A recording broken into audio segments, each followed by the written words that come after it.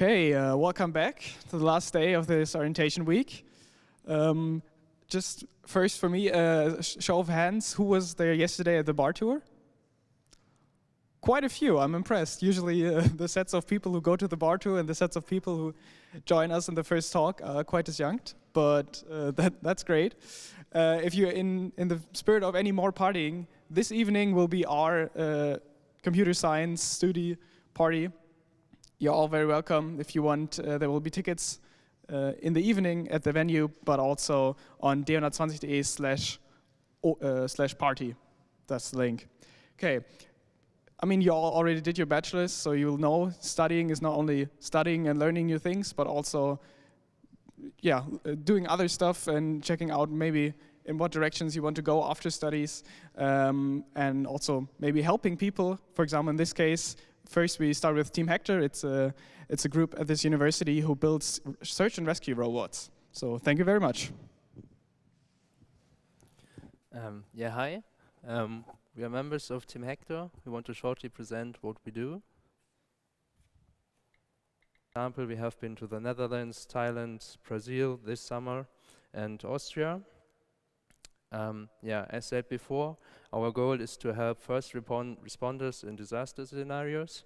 Our main goal thereby is to keep humans outside of dangerous areas, and therefore our robots should be able to localize hazards and obtain useful information. So in the first scene after a disaster, the robots should drive into the area and somehow map the area and obtain information. For example, where might be humans, where might be dangerous substances.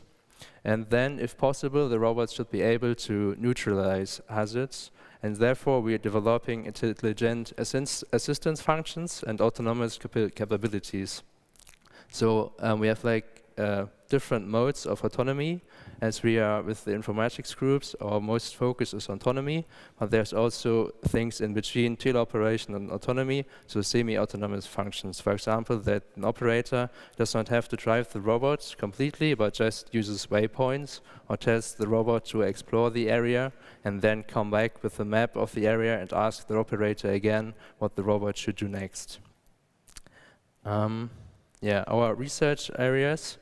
One is autonomous exploration, so the robot is given a new scenario and has no idea what to find, and the robot has to find or create a map of the scenario, and therefore the robot has to create a map and also localize itself in this map, and this becomes even more difficult if there are dynamic obstacles, for example, if there are other robots driving or if there are humans. Then we also do autonomous manipulation. So, for example, when we're doing autonomous exploration, there might be a closed door. So the robot has to be able to open that door so it can explore the areas behind the door. Then closely related is 3D mapping. Here you can see 3D mappings. One is even in the colored and the real colors. And then also situation overview on the right. So if we have an operator, it has to somehow interact with the robot, and it should be also that someone who's not so much used to robotics is able to control the robot and can understand the information that the robot provides. Yeah. Then a short presentation of some of our robots. On the top you can see the Telemarks. It's a robot which is bought from a company. The robot weighs almost 100 kilograms and has these flippers, the tracks, and they are movable so that the robot can adapt to unstructured terrain. For example, when driving on stairs, the robot can use these flippers to stay stable. And the robot has a really strong arm and can lift more than 30 kilograms. The robot below is a lot lighter. It's a robot we are building ourselves. We are currently assembling it once more. Has also 4 of these individual controllable flippers, and also an arm which can be used to manipulate things. Then we also have wheeled platforms. Here you can see Scout and Swift. Scout is a lot bigger and has more sensors. So it also has a radar at the front, and both of them have LiDAR sensors. So with LiDAR sensors you can generate point clouds. normal cameras, depth cameras, thermal cameras. So a lot of sensors, and the sensors we can use to create maps. The wheel platforms have the advantages of being faster than the tracked platforms, but they cannot traverse very rough terrain. But they can be used for quick exploration of large areas. And then also Scout, the one on the top, has a landing platform for a drone. So we also built a drone and currently building that drone. And the idea is that the drone can land on the robot so that the Scout can drive until it cannot drive anymore because there's too much rough terrain. And then the drone can take over and start from the robot. Yeah, then also we have been to a few real field missions. One of my colleague, Kevin, it was the fire in Essen a few years ago. There was a large house with several apartments, and it burned really fast, faster than it should be able to. So first there was just one apartment, and very quickly the apartments close to it also were on fire. And this was very unusual. So after the fire, they wanted to know how that could happen. And so we are cooperating with the Deutsche Zentrum für Rettungsrobotik, and they were asked to inspect the house. And for some apartments, human could go in and take pictures, but for some it was too dangerous. And there we drove with our robot and mapped the area, and in the end gave a 3D scan of the environment to the police, so they can investigate how the fire could expand so quickly. A big part of our work is also competing in competitions.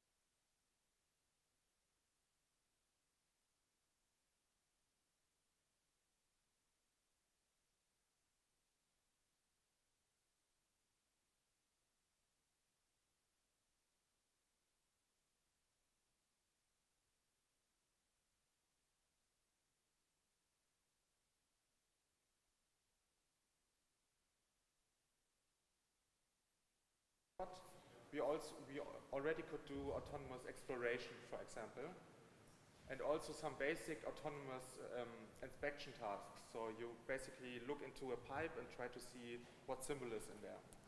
Yeah, so we're mostly focused on autonomy, and we're currently switching from ROS 1 to ROS 2. That's why we have to rework a lot of the code base. But in the previous year, we have almost every time won the autonomy award, so the award for the team which is doing most autonomy. And it's our focus to go for more autonomy in the league. Are there any more questions?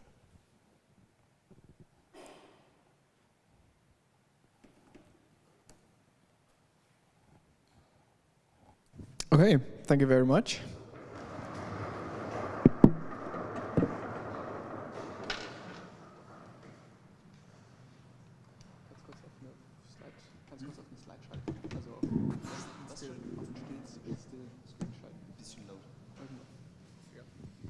Okay, now for a different one, the Filmkreis.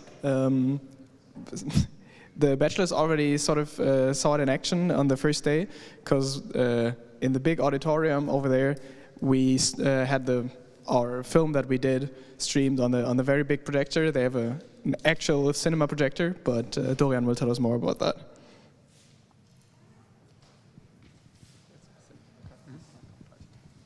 Greetings. So I will present you the Filmkreis. It is an event kino, meaning that every week you get a few different movies. We have movies on Thursdays and Tuesdays in the Audimax, and one on Wednesdays in the Kino Rex. This is about here in next to the TU. In the Audimax, you can view movies for about €5. So you have a Filmkreisausweis, which costs €2.50.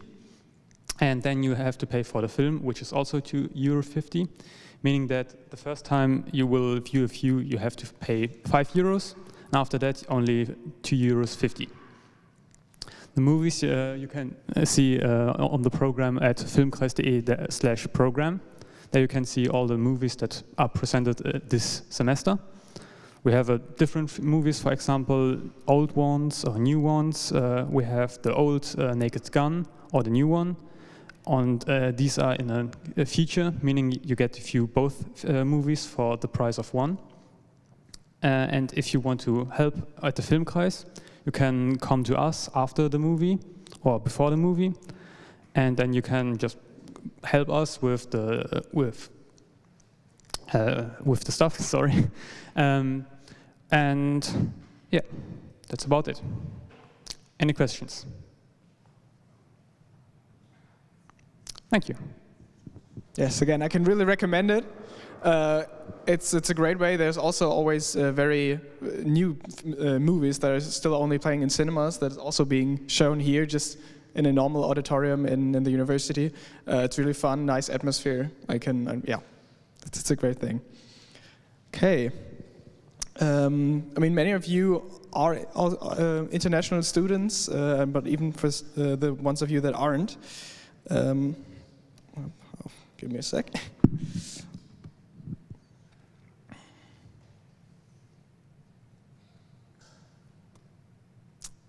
So, yes, great.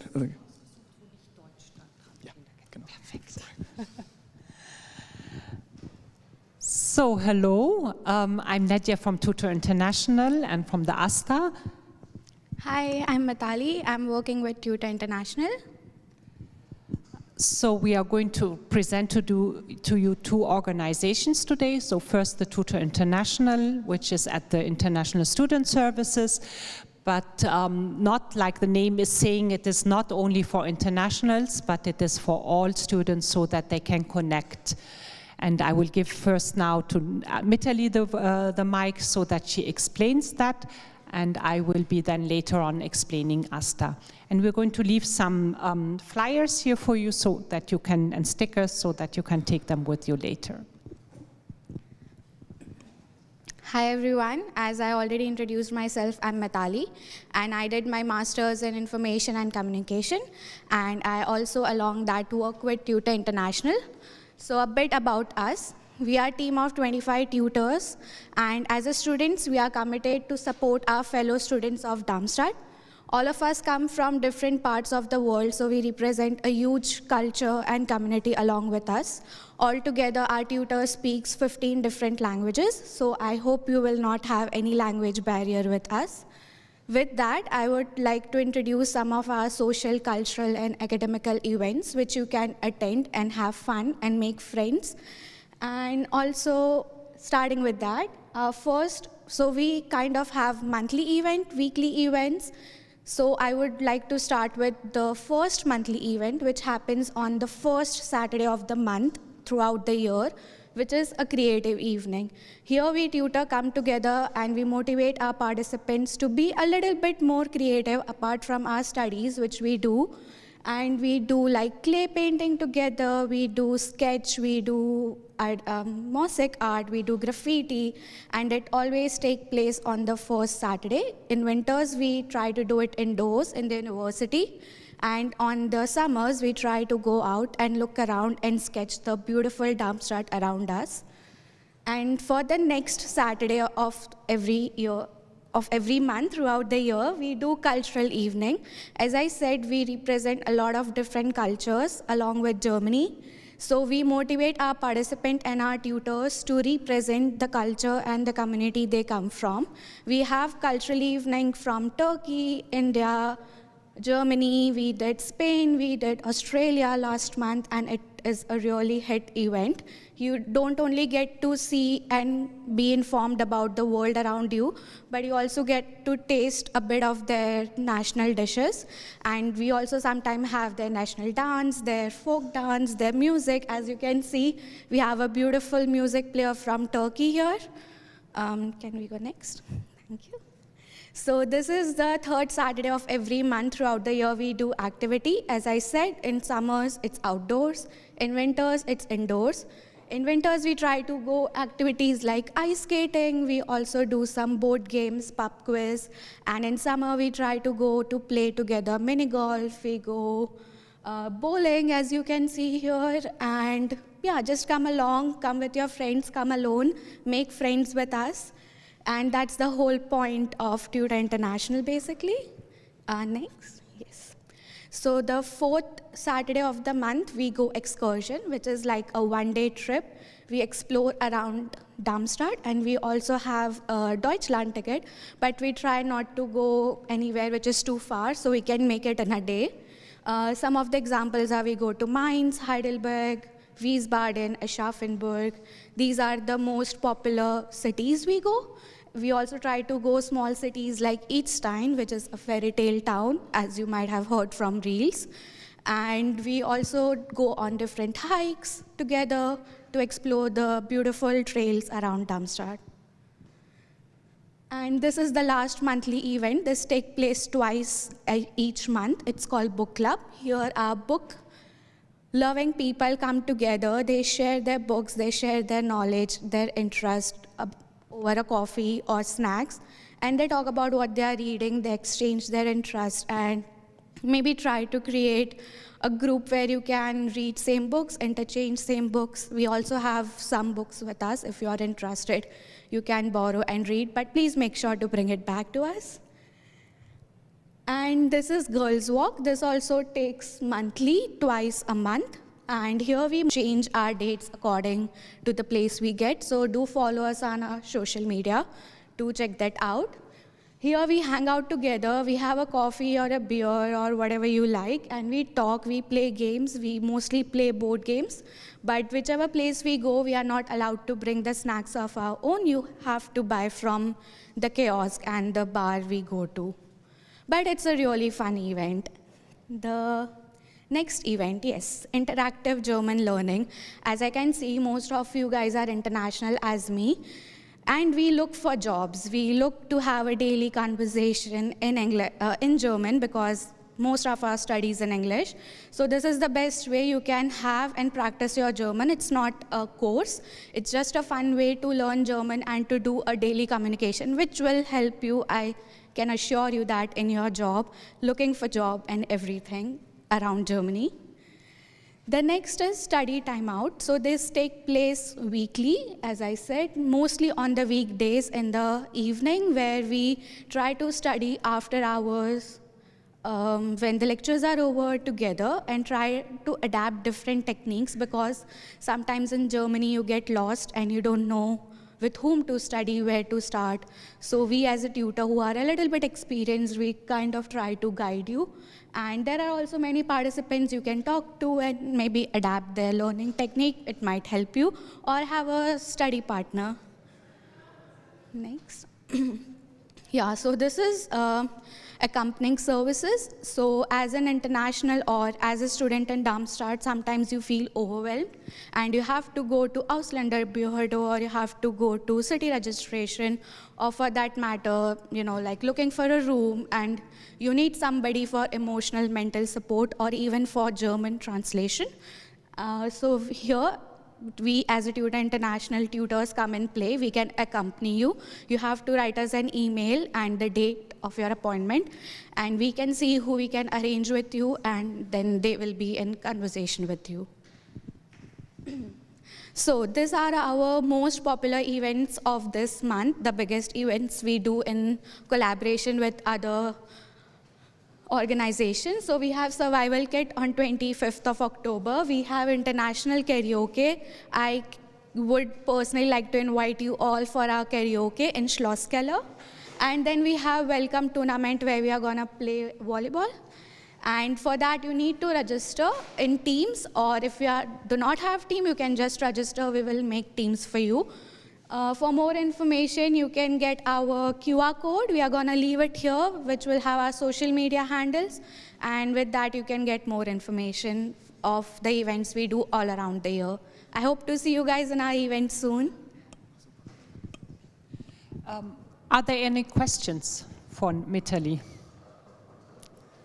No? I have one. How do I attend the events? So for attending our events, there is no pre-registration or any registration required. You just need to follow us on our social media like Telegram and Instagram, and we have our own website. You can check the event date, place, and time, and you just come there. You will find us in a yellow t-shirt or a blue hoodie in winters, and you can just join us from wherever we go there. So there will be another group before I continue, and then I will join you again.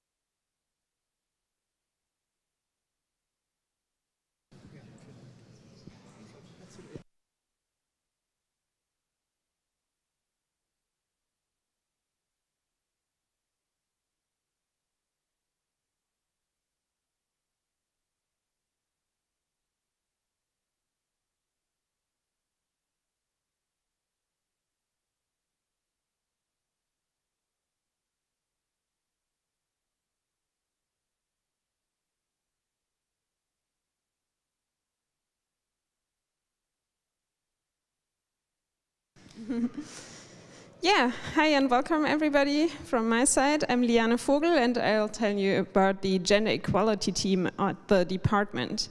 So I also studied computer science at TU Darmstadt and now I'm doing my PhD here. And so the gender equality team currently consists of these 6 persons, but we're always looking forward to welcoming new members. So if you're interested in the topics I'll tell you about and the things we organize and so on and want to participate, just let us know and we're happy to welcome you on the team.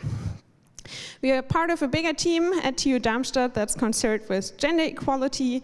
There's the Central Equal Opportunities Officer, Dr. Ute Sibel, who leads the Equal Opportunities Office at TU Darmstadt.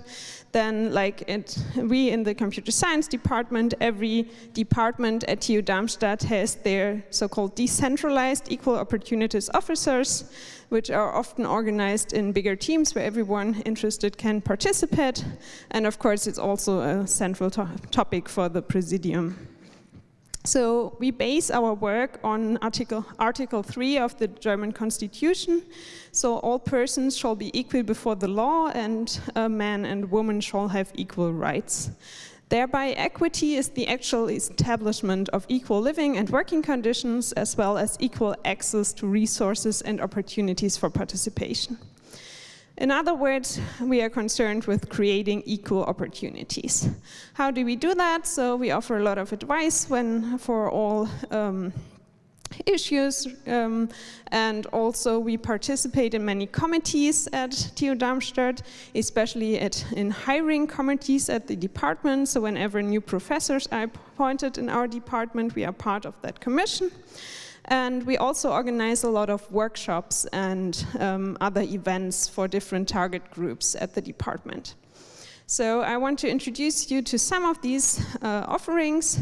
So for example, there's the Big Sister mentoring at TU Darmstadt, targeted at female students with a migration background or from abroad. So they offer some group mentoring and networking.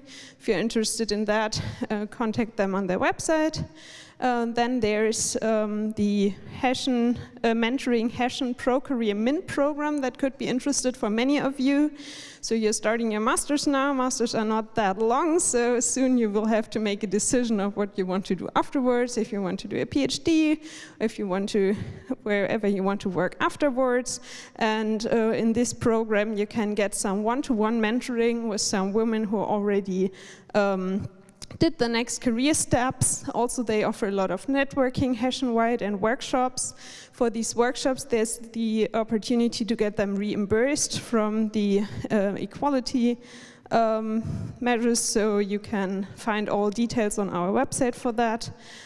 So yeah, the next cycle will start rather soon, so just feel free to sign up for this mentoring if you're interested. Then we will offer a workshop for all computer science students, so for all genders. So if you ever ask yourself, like, what can you really do when you notice some harassment, some assaults, some sexualized violence at the campus, what really can you do? How can you deal with it? How can you help? This workshop targets really these questions. So when you're interested in that, there are some posters you'll find throughout this building with a QR code to register. You can also find the link on our website. And so the workshop will be given in German language, but there will be the opportunity to also speak English in the smaller groups that will be built. So if you're confident enough in German to kind of listen to the workshop, you can kind of speak English throughout it. So yeah, we are happy to welcome you there if you're interested in that. And then what I also want to introduce you is the Easter camp for female students. So we want to fascinate more. Thank you very much. Thank you very much.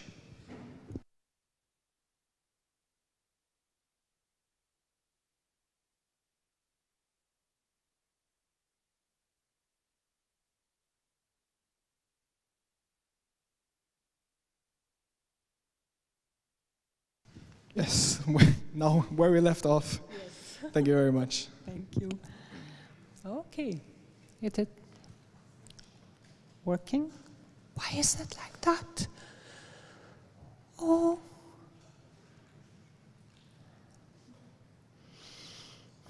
No. No, there were words in this thing, in this.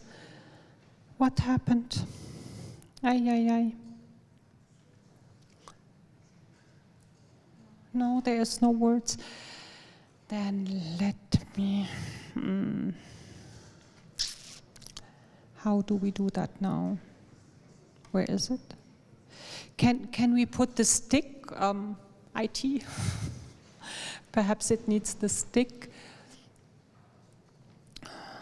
The presentation is somehow broken, so can you use the stick again? Maybe it's on the stick it is better, because I checked it this morning and there was the words. So perhaps.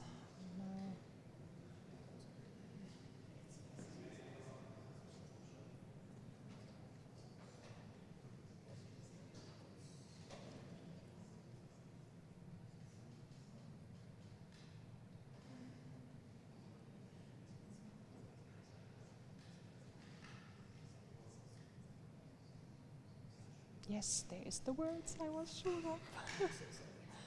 Oh, you can go on to this one and then can start that, yes. I will ask Mitali to do the changing. It does not have to be with that. Yeah, okay, great. So, there it is. So, I'm going to present to you AStA. AStA is the student union of TU Darmstadt. It is the representative, it is your representative in different bodies at the universities, so that they are your voice when it comes to study fields, to decisions being made at the university. They are your voice and they stand for you. So it is important, they are elected every year. So it is important that you take part in this election so that your voice is really being heard.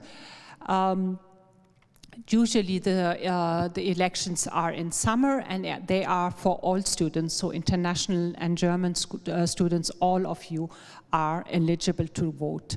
It is like your Fachschaft, which is now here organizing the Ophase. They are responsible for your department only. AStA is responsible for the whole university. So it is the same concept. And they are the ones, as I told you, who have voted and or have fought for your rights.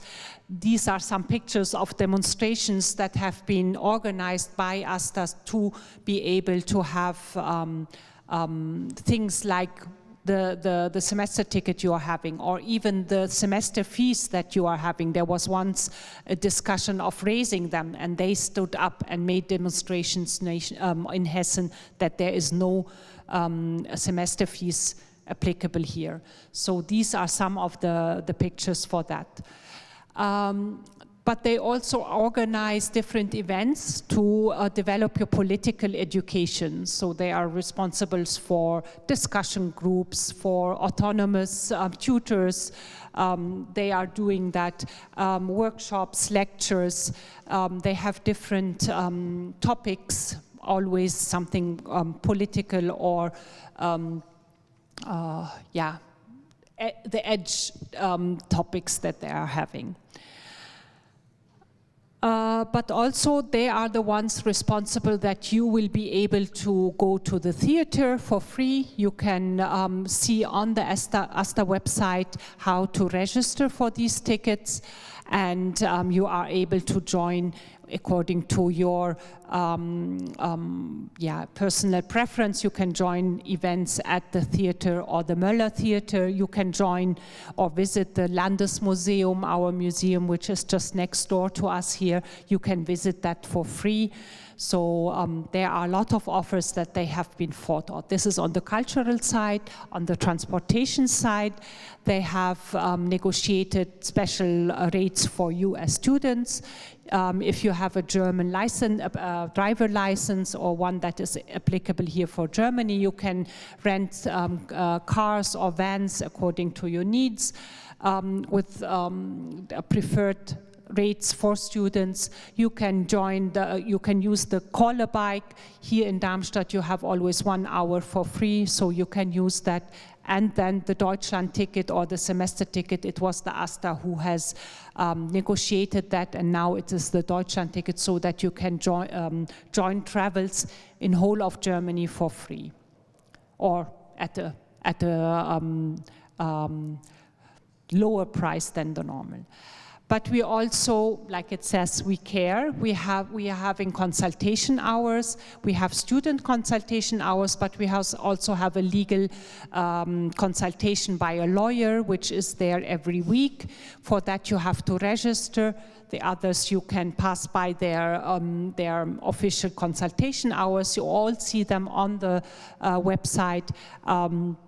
And for instance, they are having for queer, we are having for discrimination, anti-Semitism, social aspects and labor, if you have issues with that, and then the legal advice itself.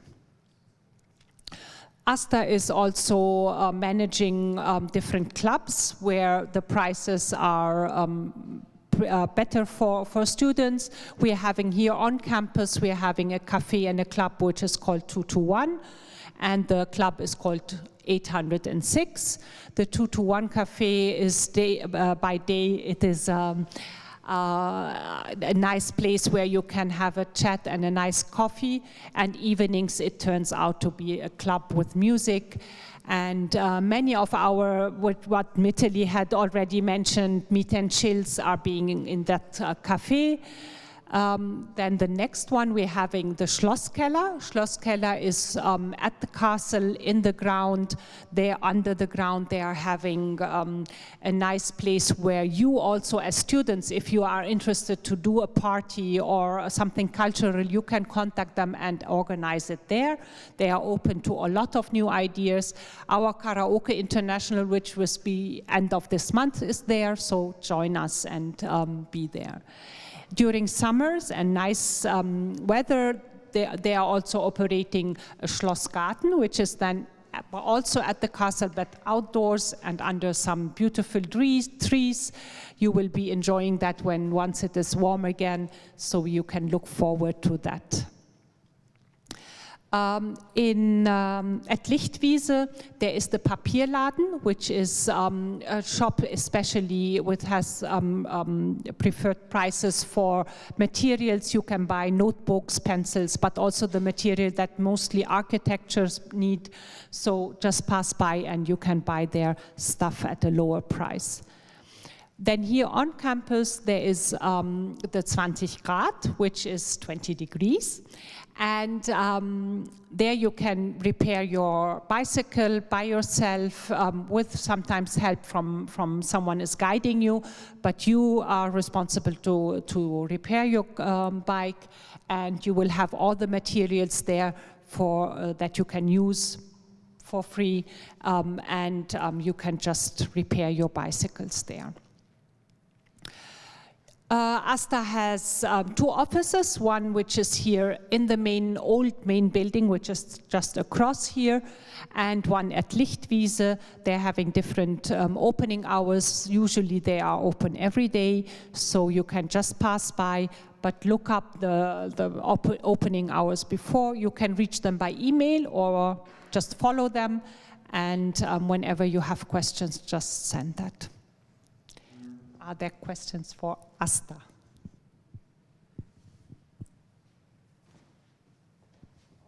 Then thank you, welcome. I have left you here, as I told you, some stickers and some material for TUtor International, but also for Unite, who had attended the Erstsemesterbegrüßung on Wednesday, heard about that already, but I want to tell you it is a really good offer, especially for masters and especially for informatics. They have a lot of offers at the European universities, so this is our alliance, which we are in. And there are 8 other universities in Europe that are with us, and they offer different activities, and then often it is with informatics, and it is often for master students. So watch that out, look at, they have a catalog with these QR codes. You are coming to that, and watch out from the beginning what can be interesting for you. I will leave that here too. So yes, that's it. Okay. Thank you very much. Yeah, I can very much recommend the Call a Bike service. I use it definitely not daily, but I definitely use it at least once a week. Especially if you, for example, go to the main station, the the train station, but you don't want to like leave your bike there or anything. It's great to just have a one-way trip by bike, as well as the car sharing thing. It's I mean, I don't know how many of you have a car, but especially if you're a student or like acquired your driver's license not that long ago, the fees, or especially if you have a crash, how much you would have to pay if something goes wrong, are very high. And through these programs, it's possible that you only pay like have a very small upper fee that you possibly have to pay. Exactly. I would look into all of these accounts and activate them. They're great. Okay, now we. Like in a minute or two, we'll do the complaint and improvements management department.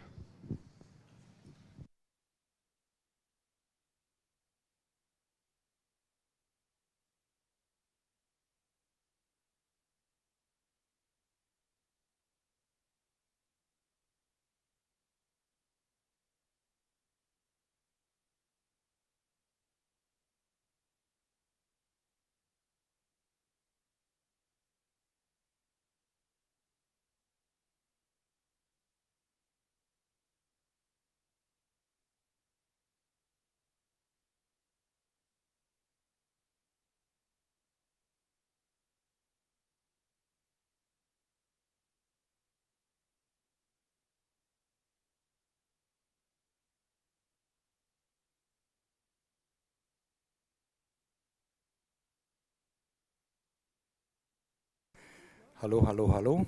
Das funktioniert gut. Ne? Dann habe ich nämlich, wenn ich den Präsenter in der Hand habe, und man hört mich.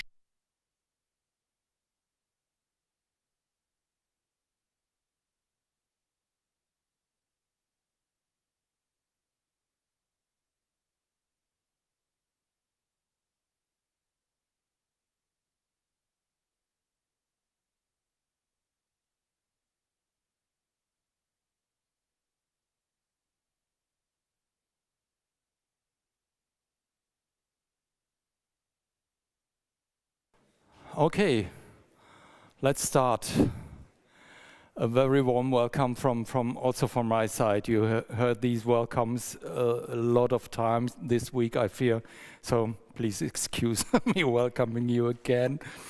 My name is Wolf Hertlein. I'm okay. This was the wrong. This one. My name is Wolf Hertlein. This is more on this presentation because my name is not so important. What is important that you know, there is a complaint management at TU Darmstadt. That's me. And there's an officer for students with disabilities or chronic diseases, which is also me. Okay, and I would like to present how I work, in which cases you can address me, and how my help helps, and hopefully I will present you in the next 10 minutes, and in the end I will give you some tips how to study successfully. But you almost know that, let's say, because you studied bachelor in informatics, in computer science or something related, so you know how to study. But you might be new at TU Darmstadt, you might be new in Germany, so these tips might still be helpful. Complaint management, who am I? I'm Wolf Hertlein, as I said. I'm a mathematician who studied a long time ago mathematics, but as I was all my life involved in university, at universities, my whole professional life was in universities, and of course my studying. I studied at 3 universities in Germany, and I enjoyed it. So I'm quite experienced, let's say, with complaints. Also with TU Darmstadt. I know TU Darmstadt very well, and I have to say TU Darmstadt knows me quite well. A lot of people know me. I'm well known here. I'm for 25 years now, I'm at TU Darmstadt, and I do complaint management for 15 years now. So I have seen a lot of different cases and know whom to ask, what is possible. and can hopefully help you. How do I work? What do I do? You can address me on every channel thinkable, not social networks. I'm not on social networks, but you can just knock at my door, call me, write on my contact form on the internet, or write me an email, which is most of you will do in case you need me, and then I will try to talk with you, to advise you what you can do yourself. But it's also possible that I support you. I'm not only my role is not only to give advice, but also real support. So you can talk to me. You can you might have a case where you are unsatisfied with what TUtor Darmstadt does with grades, with lectures, with whatsoever. With infrastructure, a room might be too hot or too cold, a book not available in the universities, the computers might be too slow or too old, or anything related with your study and with your studies at TUtor Darmstadt, with which you are not satisfied. Talk to me, come to me, and I will try to help you. And as I said, I can helping means I can handle your cases confidentially and talk to everyone needed. Talk to professors, talk to Studiendekan, talk to Studienbüro, talk to Rechenzentrum, whomever and whatever is needed, I can talk to informally, and I support you the best way I can, and in any case confidentially if needed. What do you get from it? Of course, you might get the support you need. I cannot resolve every case, but I can resolve a lot of cases. And if you don't seek for help or help yourself, you won't resolve your case. So please ask, for example, me, please ask Fachschaft, please ask your Studienbüro, please ask the person you're in conflict with for help if you need help. I am an office which is independent from the department, from the Fachbereich, which is, as I said, quite experienced in cases of complaints, and which can help and support completely informal. So this is complaint management. In my other role as the Office of a Student with Disabilities or Chronic Diseases, I'm relatively new in this role. I have 3 years of experience in it, and I don't know any case, or let's say, I don't know all the cases. Some research, I can ask colleagues from other universities, and I will try and will be able to help you. My work is relatively similar to my role and my processes in complaint management, but I'm not neutral. I'm not impartial as an officer for students with disabilities. But I really support you from my heart with a very partial approach. What do you get from it? It's also maybe needs 1 or 2 sentences more, because what you can get here at TUtor Darmstadt, and I always have to look up the English term. What you can get is in German called Nachteilsausgleich, which is more or less in English disadvantage compensation. So if you have a chronic disease or some disability, and you cannot write exams, written exams, or pass oral exams in the way other students are able to, you can ask for this disadvantage compensation. You will need some sort of medical report for it. You address to the Fachbereich. I think Tim Neubacher is in charge for you, or maybe his colleague, I don't know, Guido Rösner. The first name, I forgot the first name, Guido Rösner. But it's Tim Neubacher. He advises you. He accepts your Antrag. I forgot the word for Antrag. Never mind. And I think he also decides about your case. But he's quite helpful. Quite a nice guy. Very engaged. And in most cases, he will your question for a disadvantage compensation will be admitted, and you can get disadvantage compensation, which might be quite helpful for you. Statistics say that around about 16 or 20% of all students in German universities have some kind of chronic disease or a disability which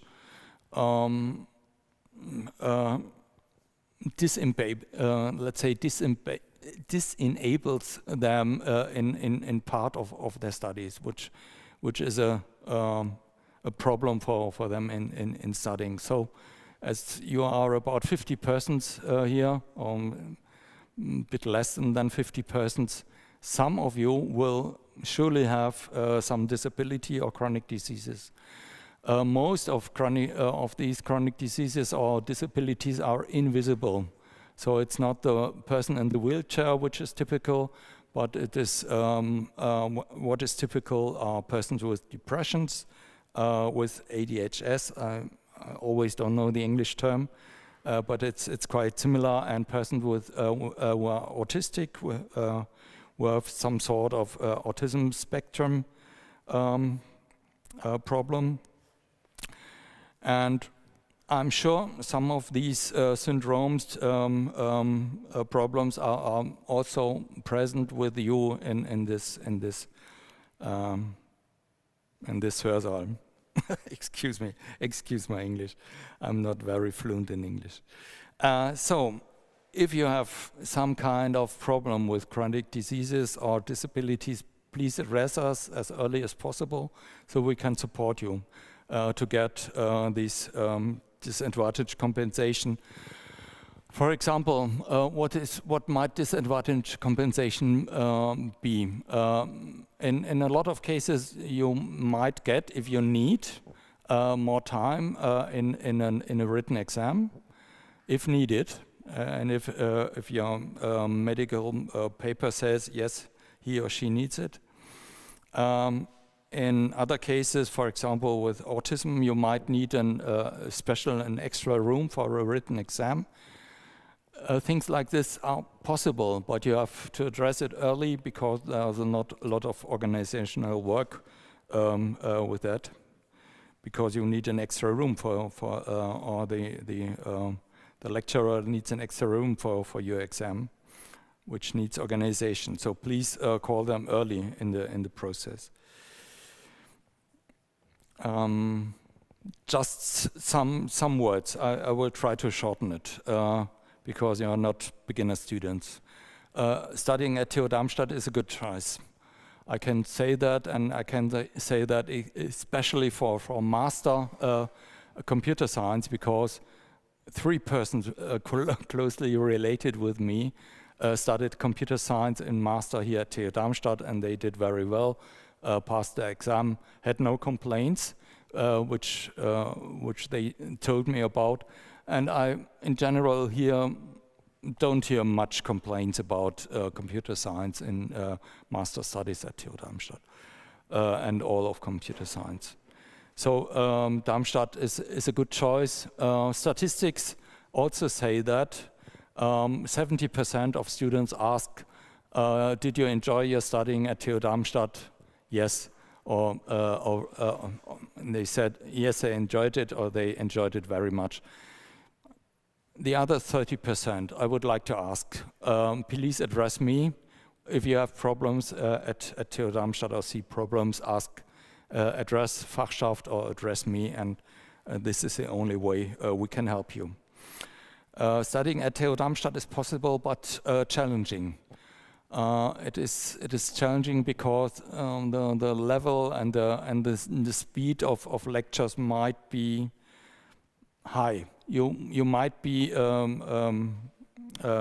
related to you might know that from your prior university, but keep in mind studying here at TU Darmstadt might be quite challenging. So studying successfully, stay tuned, keep on going, keep on visiting the lectures, build a learning group. This might be standard for you. Learning groups are very, very important in studying. Know the rules of participating in exams and not participating in exams if you retreat from a participation, and please ask for help if needed. So doing things yourself and deciding about things yourself is a high value at TU Darmstadt, but if you need help, help is not far, and please ask for help if needed. You can ask me, you can ask Fachschaft with what problems, whatsoever. We will try to help in any case. Yes, this is an article I read in an Austrian newspaper from an Austrian philosopher, Katharina Lassina from Vienna University. And I found it very nice, so I just have to read it out. About beginnings, here we go, is the headline of her article. Beginnings are paradoxical. They are both the most fragile and the most powerful aspects of human existence. Fragile because they can fail at any moment, powerful because they are the only force capable of breaking through reality and creating something new.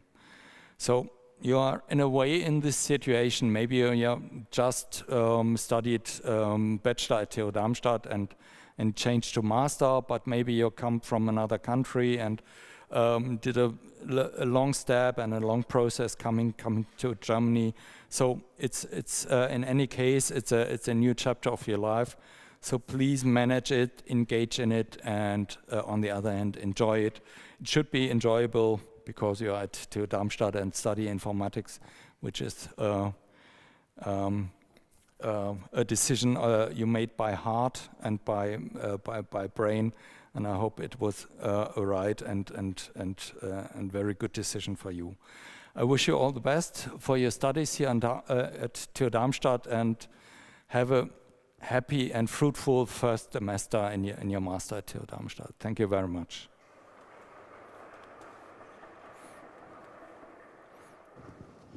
Yes, thank you. Before there's the studying abroad talk by Tim again. It'll start at 12. Of course, you may take a short break. Otherwise, we'll be here for questions. So we'll probably do it in the big auditorium with a mic and everything. But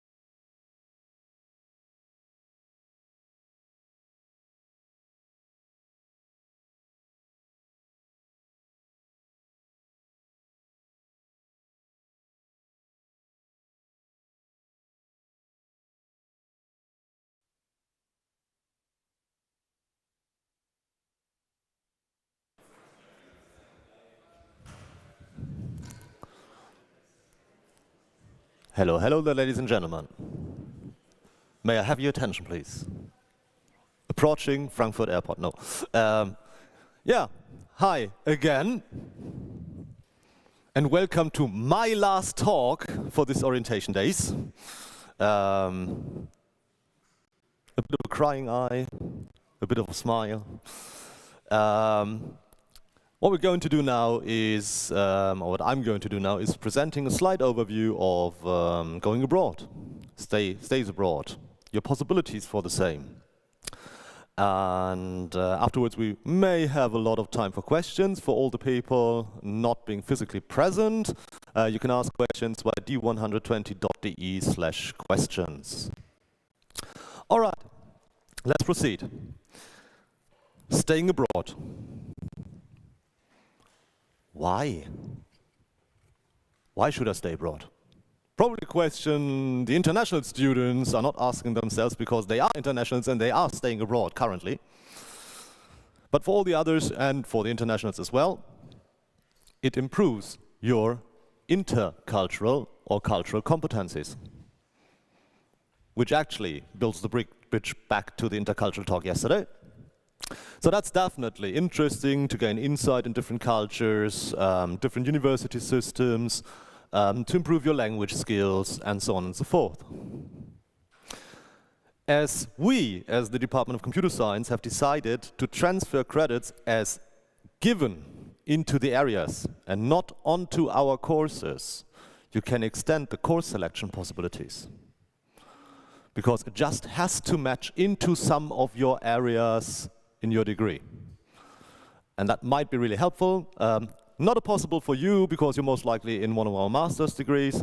Our partner university in Wales, Aberystwyth, solely available for bachelor students, unfortunately. They developed the Mars rover, mainly at least, and you can do space robotics there. And we don't offer space robotics, so therefore that would be actually an extension of the subject-specific opportunities. So that's another reason why you may probably want to stay abroad for some time. And in general, it's positive for your CV. Specifically, if you aim for an academia career, it is almost crucial nowadays. So therefore, a lot of reasons why you probably want to stay abroad. Well done. So okay, yeah, I thought it through. I think I want to go for it. Okay, what's possible then? The regular basic exchange programs. Erasmus+, Europe and associated countries and overseas. We have roughly 80 to 90 partner universities in the department, in roughly 30+ countries in the world. It's usually possible to stay abroad 1 or probably 2 semesters. And at most partner universities, English as LOI, as language of instruction, is available, at least partly. Another option is a double degree program. What's a double degree program? Well, essentially the same as a regular stay abroad. So for 2 semesters usually, at the partner university, 2 semesters here, and at the end a co-supervised thesis, and you will get the degrees from both universities. We are currently in progress to renew our double degree contracts, and I have no up-to-date overview of what's currently possible and will be available for the application in November or in May next year or whatsoever. I will announce an information fair next week, Tuesday, from 5 p.m. in this room as well. And the colleague responsible for the renewal of the contracts will be there. And then you can ask questions if you're interested in double degree programs. There's a fallback solution. I think that a lot of computer science students were hesitating in the past to go for a double degree because they assumed that's 1 degree, and if there's something happening, they will lose every degree on both sides, which is definitely not true. So if something happens, there's always a fallback solution to just gather the degree here, right? On the other hand, the benefit, besides that you have 2 degree certificates and a co-supervised thesis, is not adding much to staying abroad at the same university for 2 semesters. I think in the last 10 years, we probably had 5 to 10 double degree students outgoing, and probably the same amount of incoming double degree students. So it is somewhat interesting, not really much students tend to go for. The Future Leader Scholarship. Officially still paused. If someone has read about the financial development of Continental AG lately, I don't really think that it's going to be existing in the near future anyways. There was a specific program extending your studies a lot in Japan. The first semester was at the IIS, the biggest engineering research institution in Japan, 950 PIs, principal investigators from all engineering areas. And the second semester was a company internship with Continental Japan. And almost nothing was transferable. So it was essentially extending your studies by 1 year. But of course, Japan, interesting competencies, industry related, whatsoever. A lot of benefits as well. But not possible for you to select at the moment anyways, but we are in touch with the IIS directly for probably a research stay for a semester, and they do have some scholarships. So probably this is another option outside of the regular application periods and whatever. If you're interested in something like that, or getting in touch with the IIS, just drop by in one of my consultation hours. Besides the departmental possibilities, we do have some more possibilities to apply for stay abroad, right? For example, the Hessen-Programme. You will apply for possibilities with all other Hessian students, but so far TU Darmstadt managed a quite good ratio of accepted students. Why is that of importance? Because a lot of students drop by, I want to go into an English-speaking country. Well, so Wales is out, master students. We have no possibility in England, Ireland, Scotland, New Zealand, Australia. Payment systems not really eager, they lose a lot of money, we don't lose anything. Immigration rules have changed in New Zealand and Australia, and. So we're trying from time to time to get in touch with people. And at some point, the central facilities are just stopping the process. We do have a few partner universities in the US. We have at least one in the English-spoken part of Canada. But on the other hand, we have a lot of partner universities where the master courses are held in English and where you can get around in English a lot. Sweden, Netherlands, India, for example, Thailand, South Korea, and, right? But the Hessen programs are actually available for 2 states in the US and 1 state in Australia. It's, I think, Massachusetts, Wisconsin, and Queensland. Different application periods, a bit earlier than the regular one for regular exchange, because if you drop out in the first round, you will, or can, and will follow our process if you apply for both. So it's an add-on chance, actually. Besides the same, you can just go abroad. See you then. It might be a bit more costly, to be honest. From point of view of the department, same support. Preliminary course transfer, discussion, credit transfer afterwards if you have a transcript from a suitable university, same rules applying, whatever. We can even grant you a certification letter or something stating from our point of view it's fine, just accept him or her. But not every university is accepting free movers. Sometimes you have to pay the full amount of money, and.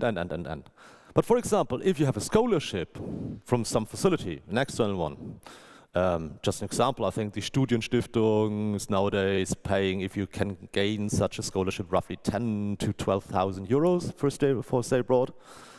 We had students actually attending Berkeley and MIT. So, might be another chance. We can't be really much of help to identify specific universities here, but if in doubt about the contents or whatever, this is something we can at least offer. And then leaving the university or the more university-related courses a bit, you can go abroad doing a research intern or a company, an industry internship. A good option in the Erasmus Plus area would be the Erasmus Plus internship program. There's a database on the DAAD websites, German Inner Exchange Association thingy, Deutscher Akademischer Austauschdienst. And you can just look up who's offering in the Erasmus Plus area research or industry internships. And for the same, you will get the same scholarship as for a regular stay abroad in the Erasmus Plus area. Different competencies, not transferable, so extending your studies.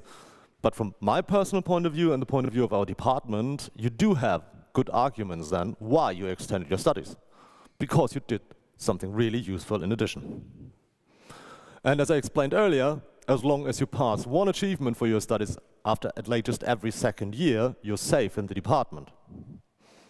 So, several students tend to go for that, sometimes combined with their thesis at the end.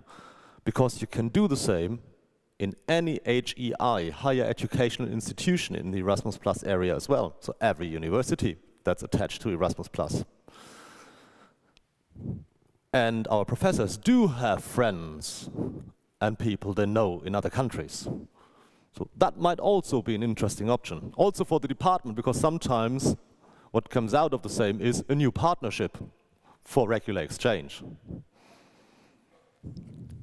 Alrighty, right. So those were the two probably most important questions at the beginning. So why should I stay abroad? Do I really want to stay abroad for the right reasons? And which possibilities are given? But besides, when should I stay abroad? I mean, probably as long as you're enrolled. Otherwise, a lot of possibilities are not given anymore. Besides, first of all, your decision, one might think. But we do have application procedures, and that's the reason for also introducing staying abroad directly in the orientation days, 1 or 1.5 years lead time until you stay abroad with the regular exchange. The next application period is in November. If you apply in November, your earliest stay abroad is next year winter term on our side, or even the summer semester after. So directly at the end of your studies, at least as it's planned to be. That you're done with your credits and your degree, or at least almost, is actually not an exclusion factor for us at all. We go for intercultural competencies of our students. So that's not a factor for the selection in the application process. And we actually also blocked degrees for a semester to allow students to stay abroad, even though they didn't need one single credit to be transferred back. Plus, you have a good argument why you extended your studies by 1 semester, because you gathered intercultural competencies and so on and so forth. So that's something you should definitely think about when. For some other things, like free movers and specifically the research internships or the industry internships, way shorter lead times.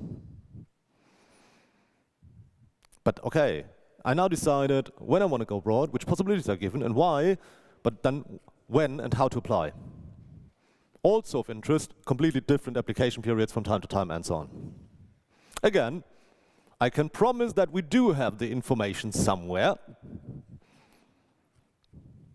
We're not going to tell you where.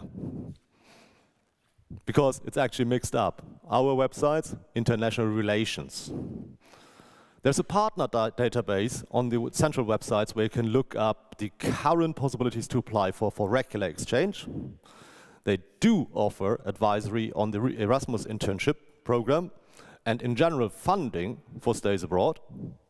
And everything that's subject related has to be done in the department. Another question that might be of interest, which prerequisites have to be given, which documents may be required at the partner university, probably. I will show later, in a very short glance, what we need for the application. The partner universities may need completely different documents, probably. For example, recommendation letters from professors. If you're here in your first semester, it's not that easy to get a recommendation letter for the application at a partner university. because they just don't know you. In those cases, we do have generic recommendation letters ready and steady. Just let us know, we can create one, and just fetch some of our professors to sign it. I did that like, I don't know, 100 times now or something.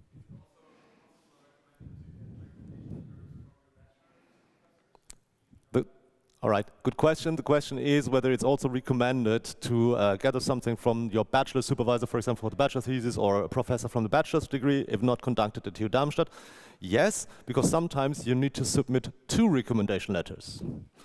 And one has to be from TU Darmstadt, but the other not. So, and sometimes it doesn't matter from where you have the recommendation letter, so therefore definitely helpful. In any case, even without staying abroad, you have a recommendation letter. Come on. All right. Can you actually fund your stay abroad? From time to time it happened that people applied, for example, for the US. A stay abroad for the US 1 term relates to roughly 12,000 euros of cost, including flight and whatever.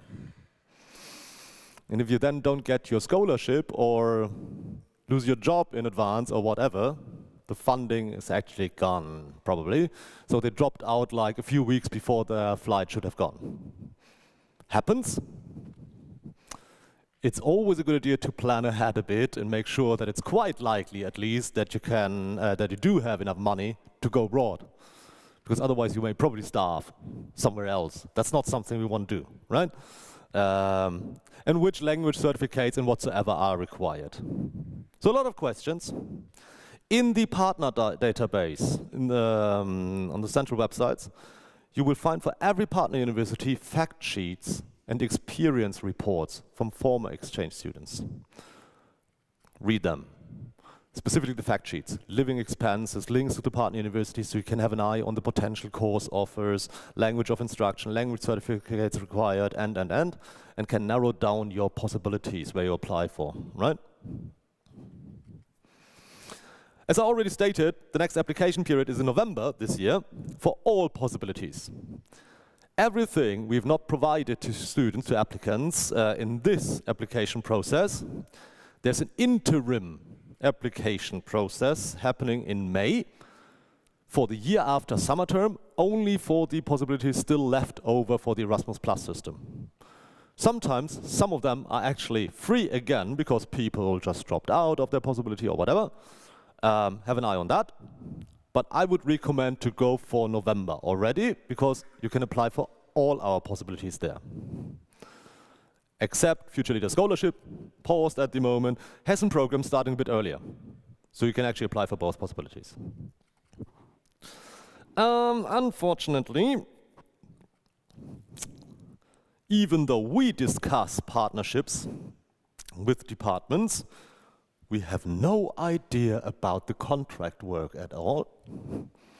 And at some point, shortly before the application process starts, we receive the current possibilities from the International Relations Office. So somewhat during October, a PDF will pop up on our websites. Students, current students, internationals, outgoings, possibilities, or something like that. And in paper form outside of our office, D115. We are going to add a bit more information, like if we know that a specific certificate is required, or if there's only a specific course selection possible, but our data is definitely not complete. And the partner units can change things. We usually don't get to know that before a student drops by at the partner university and lets us know. So therefore, it's a bit fuzzy. And we're specifically not allowed to tell you how many places per partner university we have per academic year.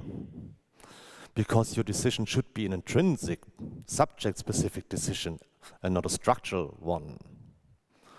On the other hand, I'm offering open consultation hours.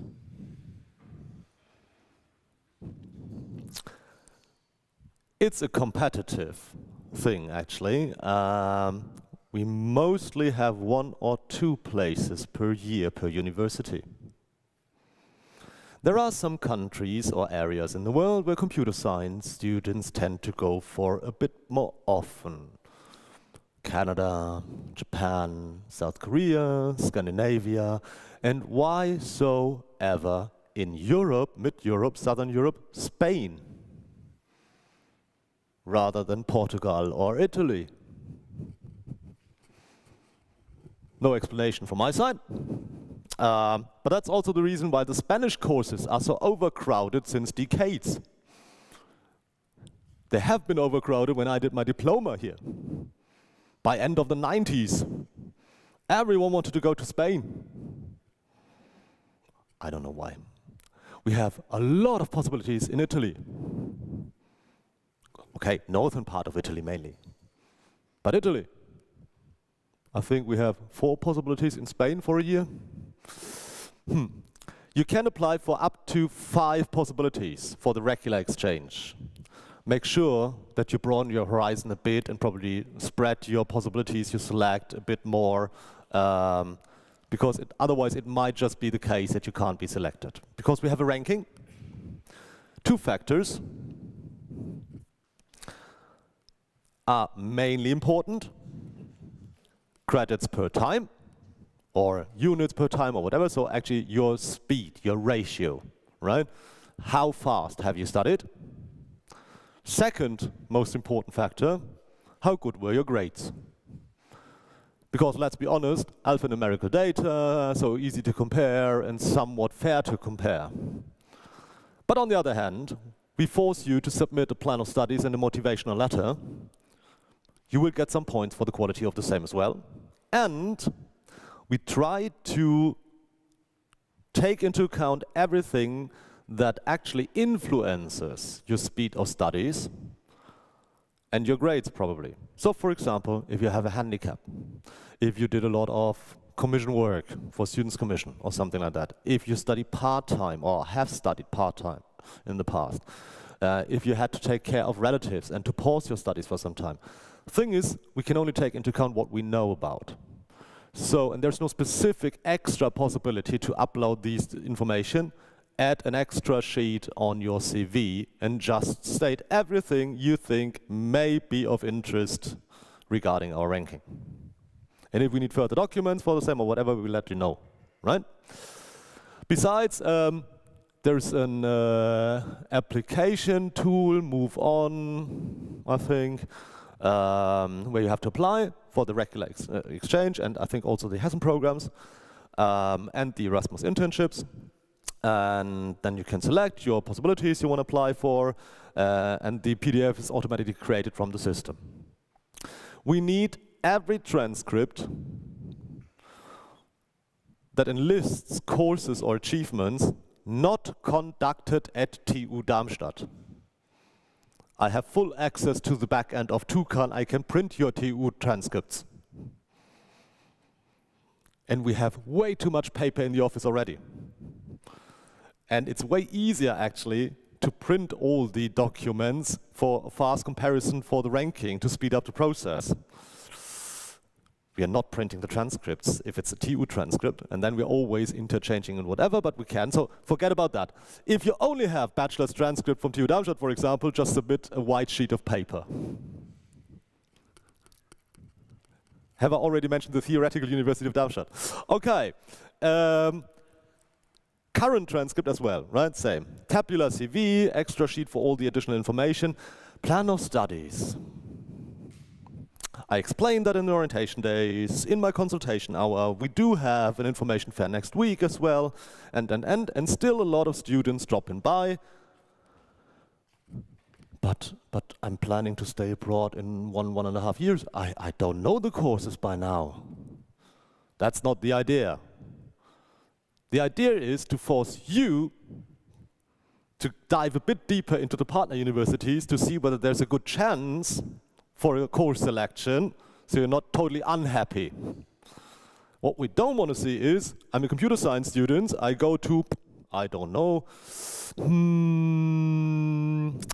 U3CM, Universidad Carlos III de Madrid, which was possible only for courses in automation for some years. And the first computer science students studied IT security. He was not so much interested in electrical engineering. Not many courses to be selected. He was not really happy with his stay abroad. So we introduced the plans of studies. You can argue that it's working out. So what should be included is, what will be my contentious situation before I go abroad?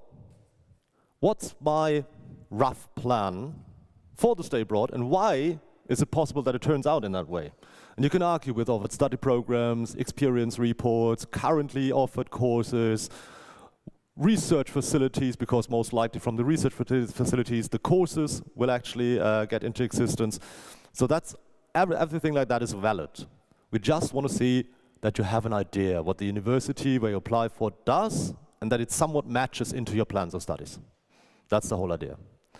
Motivation letter. I think only once in the last, I don't know how many years, a student submitted a motivational letter explaining us why we should be motivated to send him abroad. Okay. So we are equally motivated to send you all abroad. Just assume that. Because that's our job. And that's actually the motivation. And that's fine. The question is, why do I want to go abroad? Why do I want to go in a specific country or region? And why to a specific university? For 3 universities in, I don't know, let's say Spain. The motivation to stay abroad in Spain will be the same. So, one paragraph, and then the specific ones for the 3 partner universities. And then next paragraph, next region. Short document. For 5 possibilities, in average 1 to 1.5 DIN A4 pages. That should be fine. And here, again, forcing you to prepare your potential stay a bit better. And for us, to put points on it, to have a bit more ranking, actually. Alrighty, right. Any questions to that?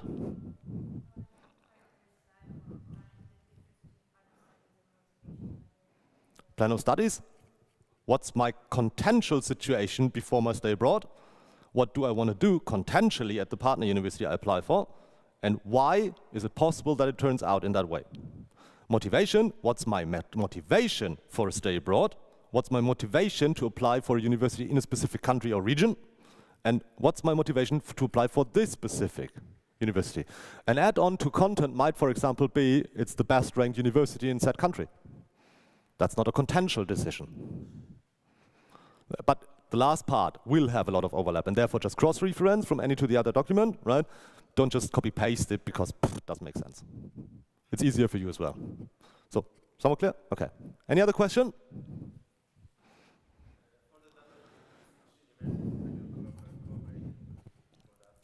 I would like to refer you to next week, Tuesday, 5 p.m., because my colleague, who's currently responsible for the renewal of the double degree programs, will be there and can answer your questions way more likely than I can. I'm not responsible, I lost track. In paper, the new ones for Trento, I think, or Turin, I'm not really sure, Torino, and one in France, definitely already signed on paper, some others still running. Besides, the one with Vienna we're just following even though it's outdated. Don't tell anyone. But she knows way more about specifically the double degrees. So if you have questions on double degrees, definitely be there next week or attend one of our consultation hours in the next weeks. Yes. Wait. Yes. All right. So, more information, as I said, websites. And by now you already made your own structure. So you know every website, right, by heart. To be honest, I'm Googling. I'm not steering into the websites directly. The websites on the International Relations Office, specifically for the partner database. Make sure that you select computer science and master's level. Because not every partner university of TU Darmstadt is also partner university of our department, and some possibilities are restricted on the level, right? Just to have the right overview, and then you can further select your most loved country or whatever. As I said, next week the information event is taking place. Some former exchange students will be there. If you want to get in touch with them to gather the studentical point of view, a colleague from the International Relations Office will be there, a colleague from the language facility will be there. So we'll get a bit more information. Not from me, actually, it's going to be almost the same like that. But afterwards, and then you can get in touch with us in person and clarify your individual questions. Or just ask the students, how was your stay abroad? Are you still happy? Or something like that. That's the reason why we only selected people that were really pleased by their stay abroad. We actually just send out random emails, so if you're interested, just be here, and I think we reached out for 250 former exchange students. Let's see how many of them will actually be here. I know about one.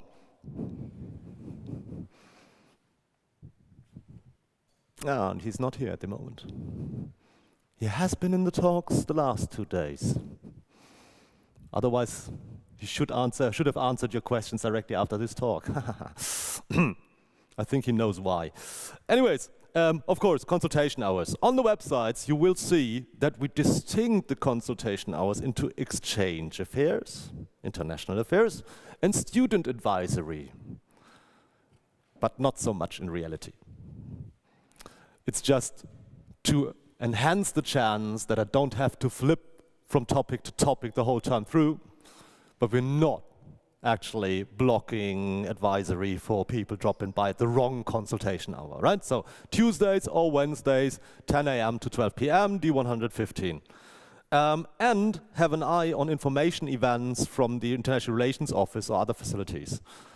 If you're interested in something like a stay abroad with an internship and so on, studentical groups are existing as well. AStA, for example, and so on. So look up the student groups, right? They may be of help if you want to organize your own stay abroad for an industry or research internship. All right, any other questions at the moment? On stays abroad, all right. Wie lange haben wir noch? Eine halbe Stunde. All right, any other questions? Regardless of the topic.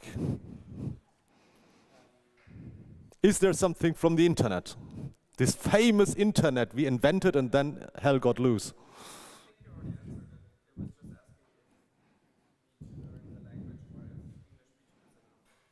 For most of the possibilities, English on master's level, English is fine. B2 in the Erasmus Plus area. In other countries or other areas, there may be some other level defined, like in the US, probably C1 equivalent, sometimes on Canada. They usually want to have specific certificates. For Erasmus Plus, the so-called DAAD language test is sufficient, which is way the cheapest and offered by the language facility almost every month. I think it costs around 60, 70 euros for a student. But that won't be valid for any other country in the world. So some partner universities are actually not checking language certificates. They just believe that we check that. And that's the issue with believing. All right. Any other questions? Study organization, TUCAN.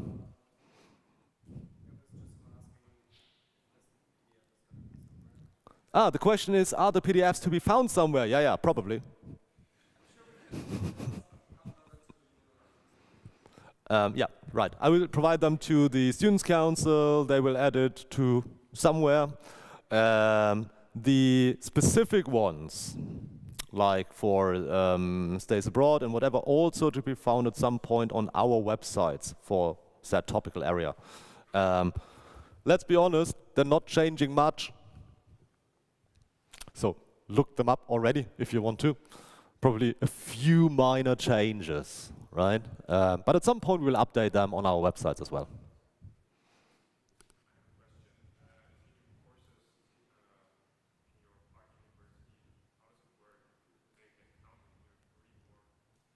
hopefully. So the question is, how does it work if you select something at the partner university? Okay, let me first of all explain the regular application process.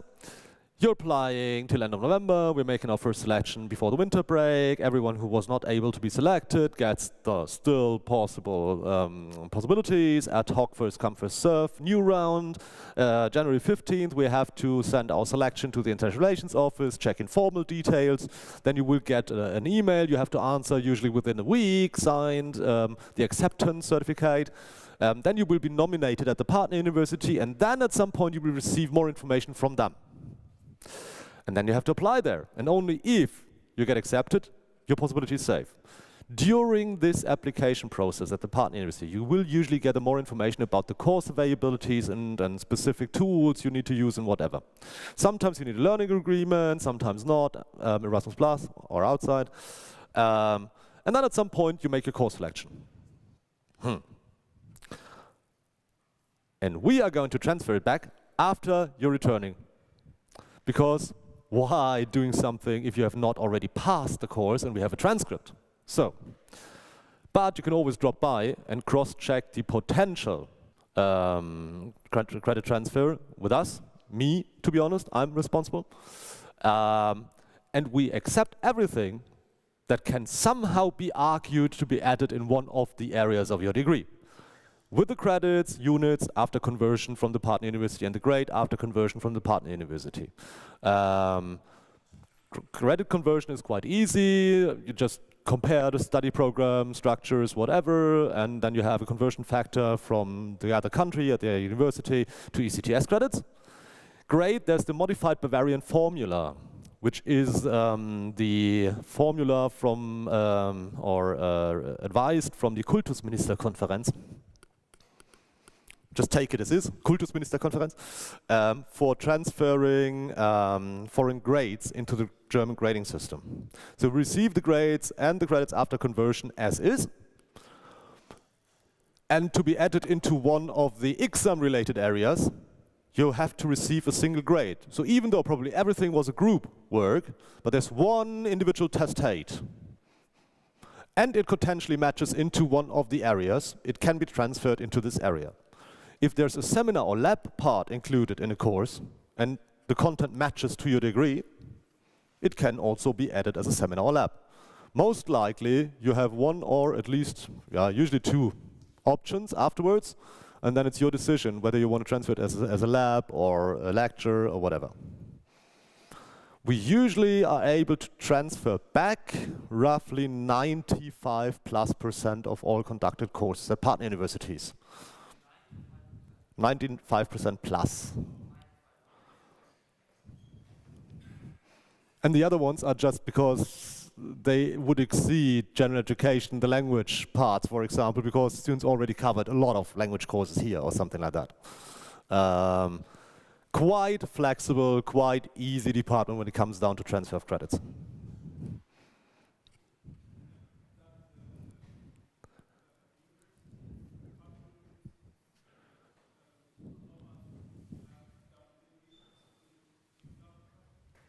Pardon once again.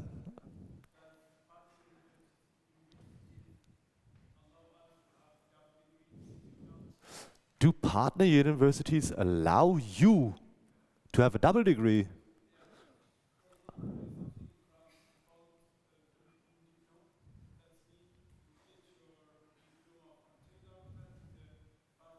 Yeah, but that's a double degree. So there's two options. First of all, we probably have a double degree contract between specific programs. It's a double degree contract, right? So, Telecom Paritech, Grenoble Lyon, for example, Vienna, and so on, different study programs on our side. So, essentially, if you can manage, you could enroll in both universities, just transfer credits between the different universities and follow both rules and get both degrees and skip some workload over time. There is no formal regulation I know about that would hinder you to do the same. But for a specific double degree program, we need to sign contracts. And that takes roughly 1.5 years after starting the process till you have to sign contracts in paper form. So not really easy, to be honest. A lot of details that have to be regulated. With the French system, I think, have you mentioned the Diplôme d'ingénieur at the moment? What does the Diplôme d'ingénieur? Because that's a very specific program.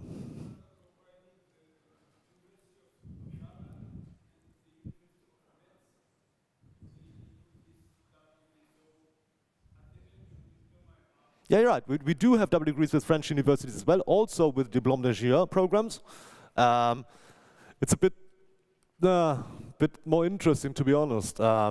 Usually, you have to start in the bachelor's with a double degree for the Diplôme d'ingénieur, because you have to leave your home university here after your second bachelor's year, stay 2 years in France, get back, get the bachelor's accredited on your way back, and then still finalize your degree here, and then you get the Diplôme d'ingénieur as well. And they do have the so-called research-oriented double degrees by now several times, because also eventually even France introduced bachelor masters, and I'm a diploma, so I love the old programs. But in those cases, it is probably possible to stay abroad, even starting in the masters here. Drop by next week, or in the consultation I will ask my colleague about the progress, because we have both with French universities, but I don't know the current status.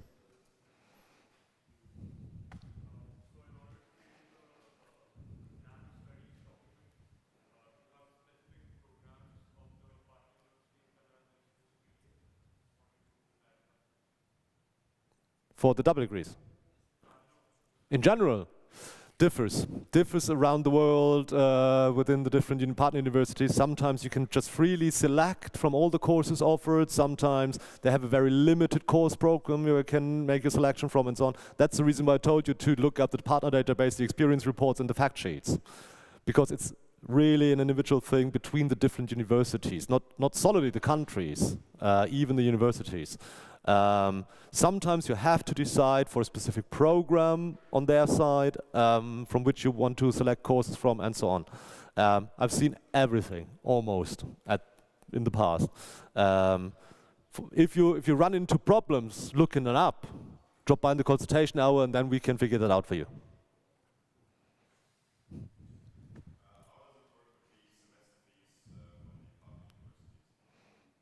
How does it work with the semester fees at the partner universities?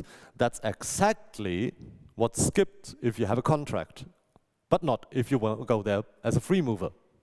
So that's we have a payment system, and if we now make a contract, we're not getting money for your students for a semester, so we're not really eager to sign the contract, versus we don't lose any money. Issue here. You still have to be enrolled here, so you have to pay your money, but if you stay abroad, you can get back the money for your public transportation ticket, which is the biggest part of your fees here. And probably you need to pay some management fee at the partner university as well, but not these big generic university fees you have to pay. Yes, almost. There are sometimes very few universities, also in the Hessen program and the regular exchange, that only signed the contracts after we agreed that it's a self-payment program. Then you have to pay the fees. But essentially, yes, same rules for the Hessen programs. Anything else? Wait, there's a question, and then.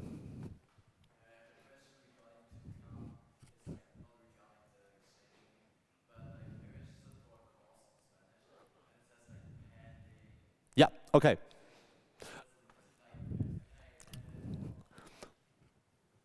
The answer is unclear. Try it again. Try it again. That's exactly what's going to happen. So the question is, I'm registered specifically for language course, Spanish. Japanese is even almost exactly the same. So anyways, and it states it's pending. Well, way too many students interested in Spanish courses, limited amount of possibilities. They're drawing straws at some point. And then you will either be thrown out of your registration or get the toucan message, yay, you're in. Up until then, you won't receive any further information, to be honest. So sometimes pending might also result to there are prerequisites that have to be checked and whatever, not for the language course. That's just overbooked courses, drawing straws, and then at the end the selection is done.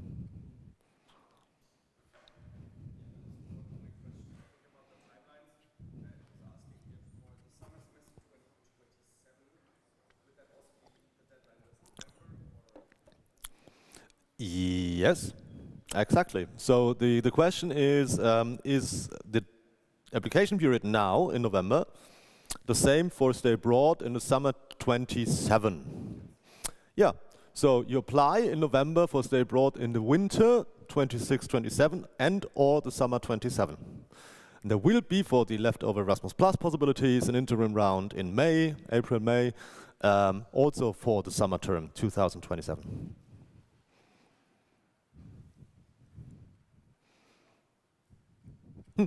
Another question.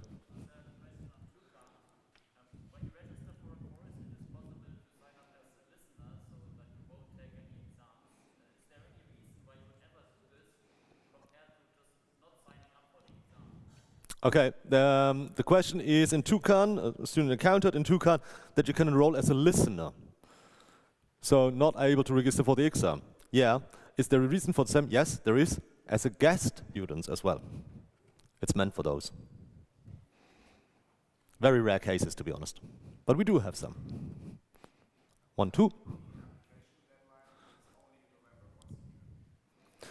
As I said, plus the interim possibility in May for the leftover places for Erasmus Plus. Besides, yeah, it's end of November, exclusion deadline. That's it. Exactly.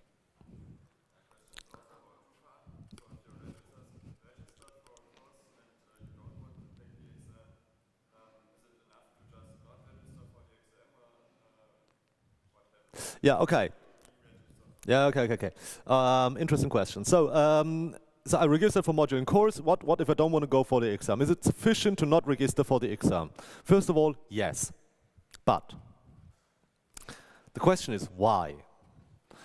If you're interested in to go for the exam at some point, for example, the repeat exam in the following semester, stay enrolled in the module and the course. Otherwise, you can't register to the exam in the next semester on your own, because the module is only offered once per year when the exam, the lecture takes place, right? Or the course takes place.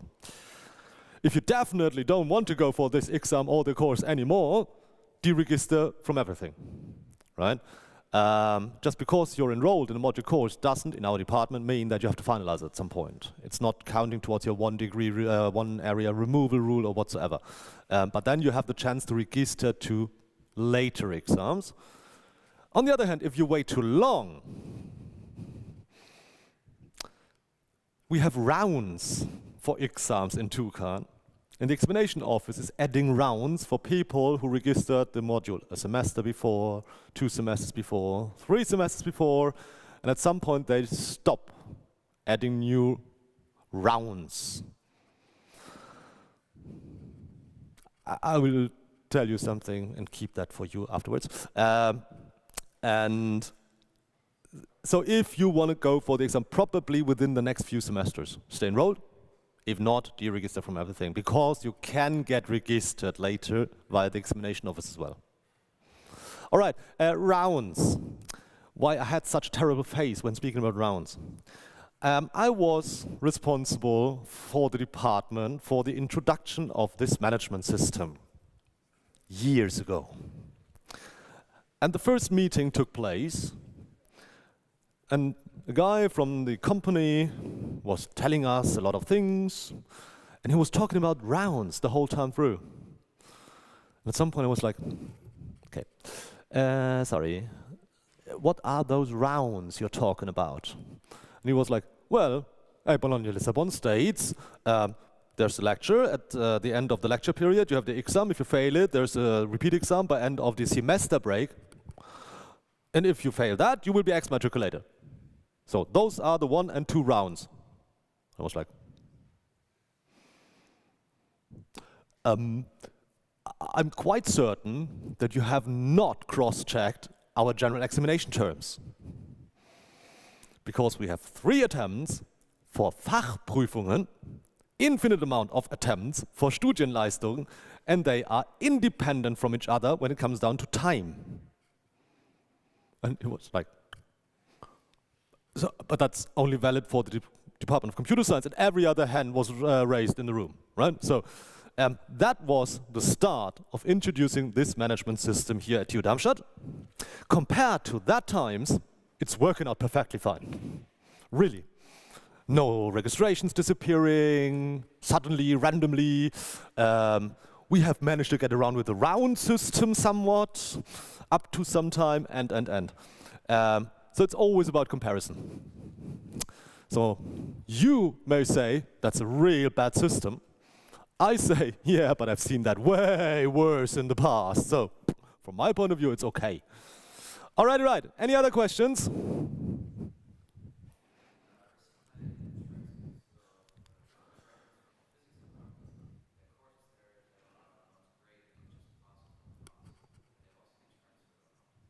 The question is, can past, not past credits be transferred as well? Yeah, sure. There's a difference between our rules when you select a course and what can be transferred. And about transfer of credits, it's all about content, not the grades. What's going to happen then, the credits will be counted towards your degree in the areas, but the credits are not counted for the CGPA calculation, for the grade calculation at the end. But yeah, if they contentiously match, and structurally, they can still be added, sure. No questions? Summer schools. The question was, are there summer schools? Yes, of course. I forgot to add them on the slides. Because we don't, as a department, offer summer schools. But I'm signing a lot of MT learning agreements, at least in the recognition area, MT, for the Erasmus Plus scholarship if, for example, you want to attend a Unite. That's a cooperation of European universities where we are part of. And they do offer, on regular basis, summer schools on AI or security and whatever. And only Unite students are allowed to participate. So yeah, sure. There are summer schools and they will be accepted due to the form and the size, most likely solely as a seminar. Because reading, discussing, presentation, 2 to 3 ECTS credits after conversion or directly usually. So that's very comparable to our seminars and we usually add them in the seminar area. Sure, but you have to look for them on your own. Right, anything else? If not, you know how to reach out for me. Send a lot of emails, that's really helpful. Or drop by in the consultation hour, talk to me if you see me having a cigarette outside or whatsoever. Thanks for the attention. Looking forward to see you all. Bye.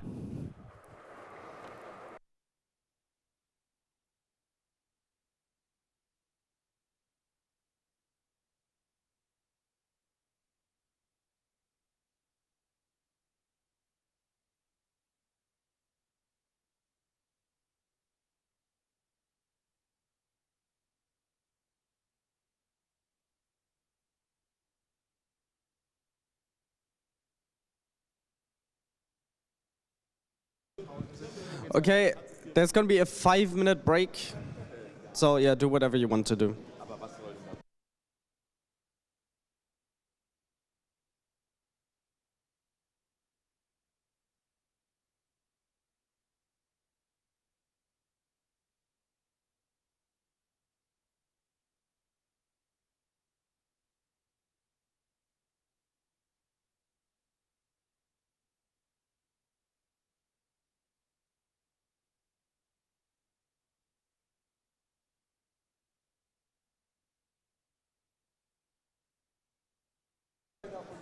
Hello.